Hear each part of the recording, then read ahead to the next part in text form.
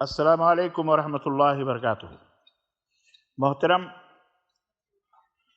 سوال یہ ہے کہ ہمارے یہاں مگنی کرنے والے مردوں کے دائیں ہاتھ اور مگنیتر کے بائیں ہاتھ میں انگوٹھی یا چھلا پہنایا جاتا ہے۔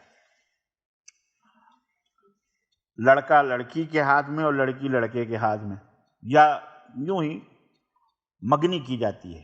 اس سلسلے میں حالانکہ وہ چاندی کی انگوٹھیاں ہوں وہ ہوتی ہیں،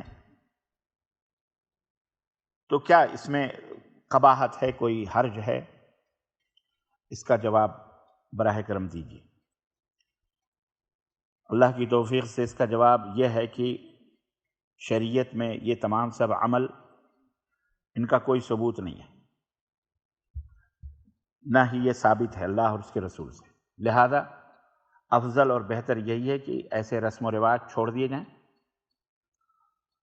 وہ انگوٹھی چاندی کی ہو یا کسی اور چیز کی ہو،